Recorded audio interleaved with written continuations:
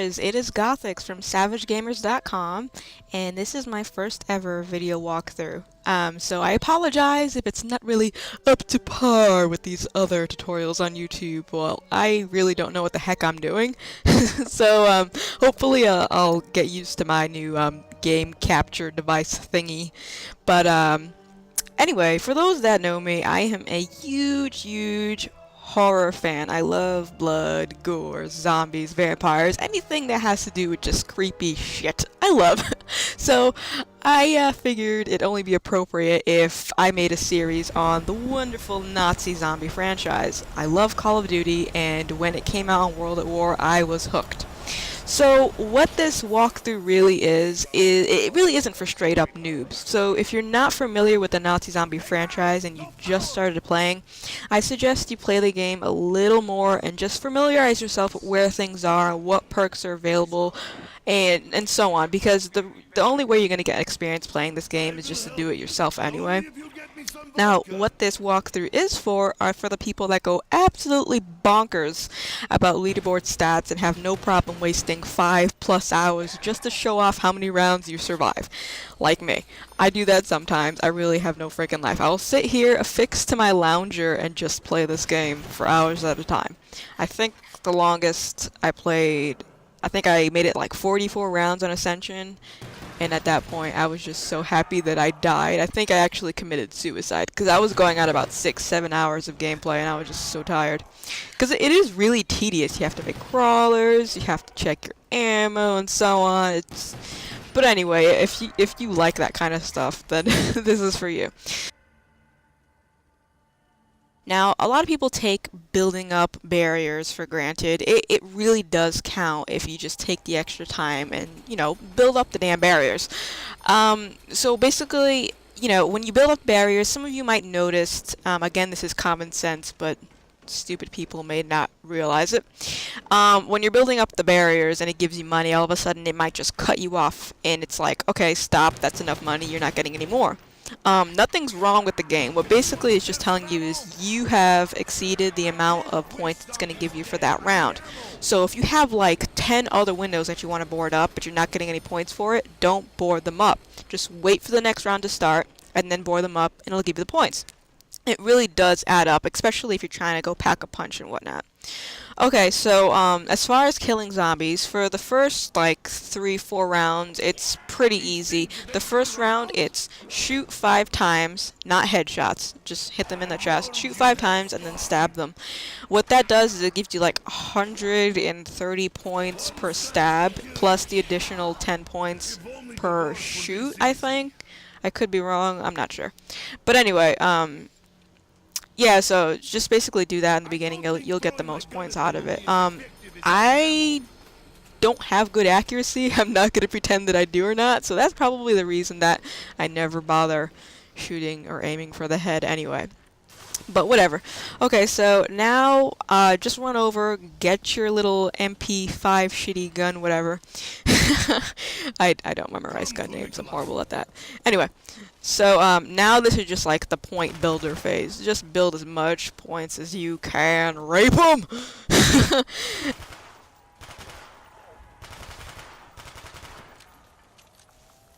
Now, this is another common sense thing, but it irks the hell out of me that so many people that play this game don't know about this. On multiplayer, Quick Revive allows you to revive your teammates, but on single player, it allows you to revive yourself, so it's like second chance. The reason I'm telling you to get it now versus when the game just started, well, if you can't get out of the spawn in 5 rounds alive, then you really need to be practicing more. Like, my videos are not gonna help you, I'm sorry. So, alright, let's talk a little bit about guns. When you decide you want to go to the mystery box, do not, I repeat, do not trade your pistol. Don't. You cannot get it back unless you're playing multiplayer and you die and you respawn, but don't trade them. You're going to pack-a-punch them, okay? They become Mustang and Sally, the explosive pistols. Those are going to save your ass in the future. Alright, but right now we're going to deal with monkeys. Because you already got Quick Revive, you want to make sure that you protect the Quick Revive machine. You might be thinking, okay, why, I can just rebuy it in the future, but unlike the other perks that you can just keep repurchasing over and over if you lose them, you cannot buy quick revive more than 2 times, I think. After 2 times of losing it, the machine disappears. It just goes away. I'm serious. It just poofs. No clue. And this happens on all the maps. This isn't just Ascension, so I'm going to show you what you have to do later on in the game if you have multiple perks. But right now, I'm just stalking the hell out of this. Get away! Okay. That was liberating. Talk a little bit more about quick revive. I feel like a teacher. Like I'm teaching you something important. Am I high? I have no clue. Anyway, so quick revive. Because you basically have a second chance at survival, you have 2 chances to, fuck around, basically. I don't have Juggernog for a reason. It is a complete waste of money if you haven't gone down yet, so you basically still have your use of your quick revive.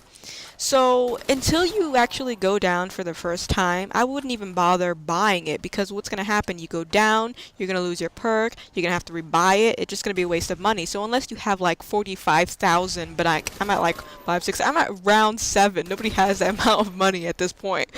So it just really saves money. Don't bother buying Juggernog until you go down the first time. If you lose the machine, the quick revive machine, then yeah, go ahead and definitely buy Juggernog, because you're basically screwed at this point. But before then, no, it's a complete waste of money.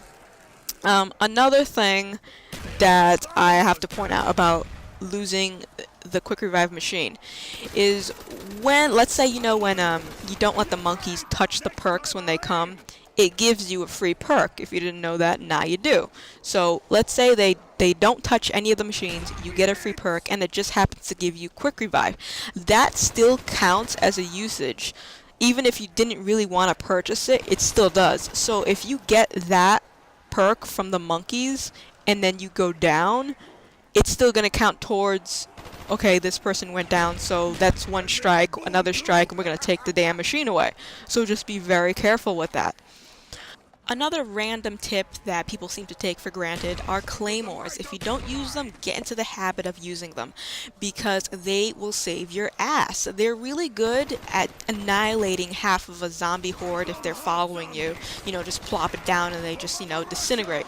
Another good reason why I love using them is if you put them down and a zombie doesn't trip them, it's going to be there the next round for you to use. You can have like 50 claymores at one point. But anyway, back to the quick revive machine. Okay, so I'm opening up this door. Don't open this door when you first start the game. Only use that if you have, let's say, Juggernaut and quick revive and you want to go back and forth between the 2 perks to protect them. I usually don't give a damn about Juggernaut, only quick revive, but let's say if you're running really low on cash and you want to make every cent count, that's a good reason to open up that door. Wonder guns. Leave them alone. Don't touch them. They are so freaking pointless in solo, it's not even funny. Multiplayer, yeah, it has some use. It's good for one person to have a thunder gun, because it's like your insurance plan, it's like your backup. But if you're playing by yourself and you already have the Mustang and Sally, you really don't have any room for a thunder gun that only has like 15 bullets in it. Where's your primary weapon? And besides that, ray guns kind of lose all of their manpower after like around 30, and it just ends up making crawlers and crawlers and crawlers, and none of them actually die. So just do what I do, get a machine gun and call it a day. Another thing I want to point out, don't frickin' pack a punch right away. It irks me when people go to the mystery box and see a nice shiny gun and they're like, ooh, let me go pack a punch. It's like, why? What are you doing? It just gave you a gun with full ammunition and you want to go pack a punch? Are you retarded? Like, what the fuck? And so I use it as like an assurance policy. If you have a really good gun, use all of its ammo. Get your money's worth. When you feel you're not going to get a max ammo for a long ass time, run over and pack a punch it. Then you have an extra set of ammunition right there. So yeah, don't pack a punch right up front. It's fucking stupid. Yeah. that running a loop is the most effective, tedious, and extremely boring method of getting a high level of Nazi zombies. Now, this is my favorite area in the whole map to run the loop. It's the safest in my opinion, and it's really easy. Just start at this podium and slowly work your way around the base of the lander. When you get to this area, pull out your Mustang and Sally and basically blast a pathway in the event that you get ambushed, because sometimes they will try to be smartasses and try to corner you in. So just make sure you always switch back to your Mustang and Sally when you go around this really troubled corner right here. This does take a little bit getting used to. You're not going to get it right off the bat. Just kind of get a feel for how the zombies move and where they're going to turn and what you can do to actually manipulate them to go where you want them to go. Now, some people like running the loop near the Pack-a-Punch machine. I don't. I think this is much easier, and I'm going to show you why in a second. Okay, so let's say you haven't had max ammo in a while and you have this really good gun that you don't want to give up. Now, if you listened to my advice earlier, you know that you shouldn't have Pack-a-Punch right off the bat.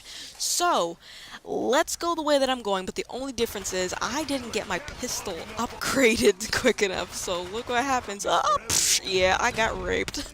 So, one of the first purchases that you need to make is upgrade your pistol and get Flopper. Flopper is a must. I actually didn't mention that earlier, but it will save your ass. If you're gonna go ahead and blast away with these Mustangs and Sallys, you're gonna blow yourself the F up.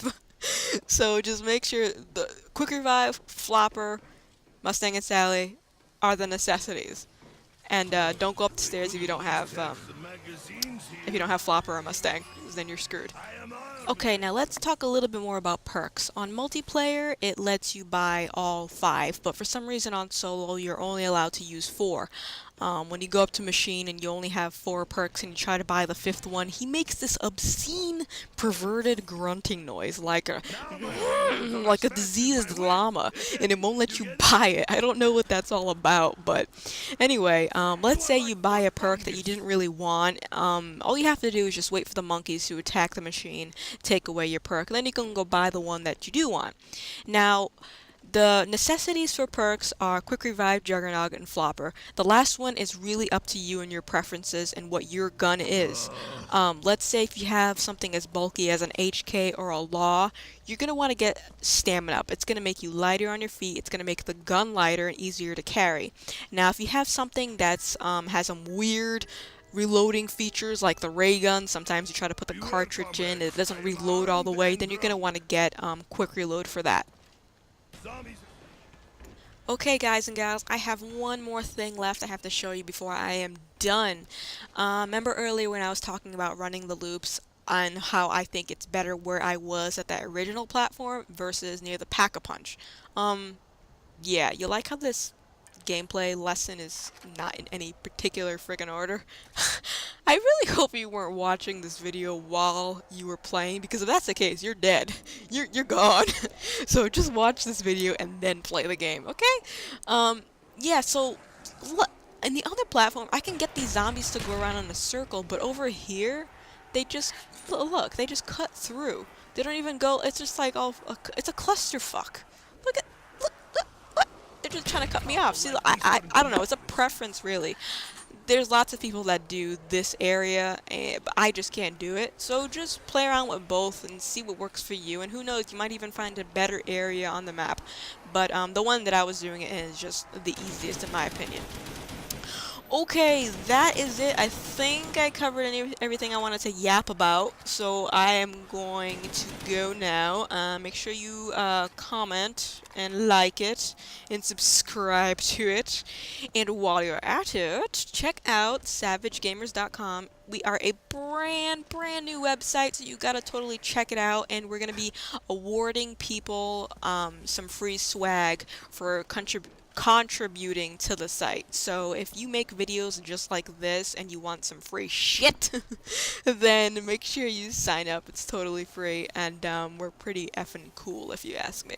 Okay guys, that's it. This is Gothix signing out. Have a lovely week, and go pwn some zombies. Bye.